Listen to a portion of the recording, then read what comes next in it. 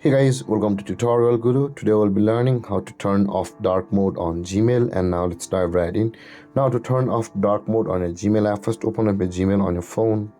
And after opening your Gmail app, guys, on this interface at the top left corner of the screen, you can see there is a three-lined icon available for us at the top left. Tap on the three-lined icon, guys, and this kind of interface will appear. Now if you scroll down to the bottom, you will be able to see the settings option available for us just above the help and feedback. Tap on settings and this kind of interface will appear where you will be able to view all of the mails which you have logged in on your phone.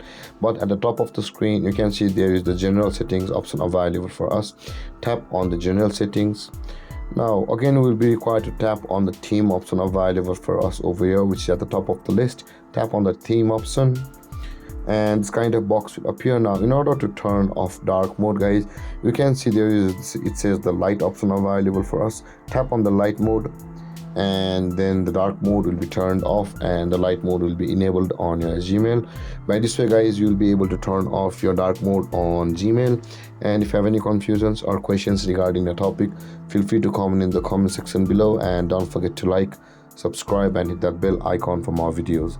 Thank you for watching, guys. Peace.